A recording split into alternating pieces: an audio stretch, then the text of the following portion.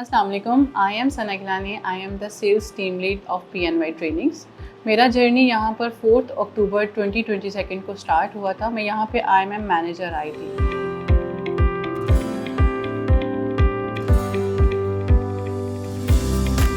After 3 months मेरी promotion हुई। ये सब कुछ जो है वो अपर मैनेजमेंट की सपोर्ट और मेंटोरशिप की वजह से हुआ, mister Wahab Younus and sir Suleman Ikram की वजह से। हर एम्प्लॉय को पॉजिटिव एनवायरनमेंट दिया जाता है और बहुत जल्दी यहाँ पे प्रमोशंस दी जाती हैं। मेरे पास इस टाइम 2 टीम्स हैं और माशाल्लाह से 28 एम्प्लॉयज़ मेरे अंडर जो हैं वो काम कर रहे हैं।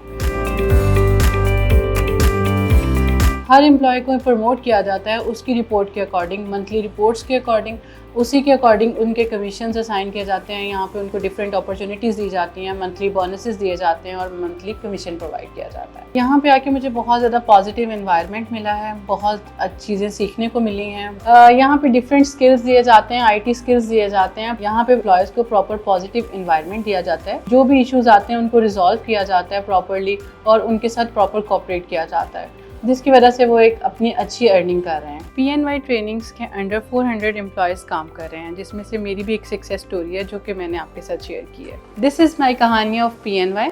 I am PNY champion, join PNY।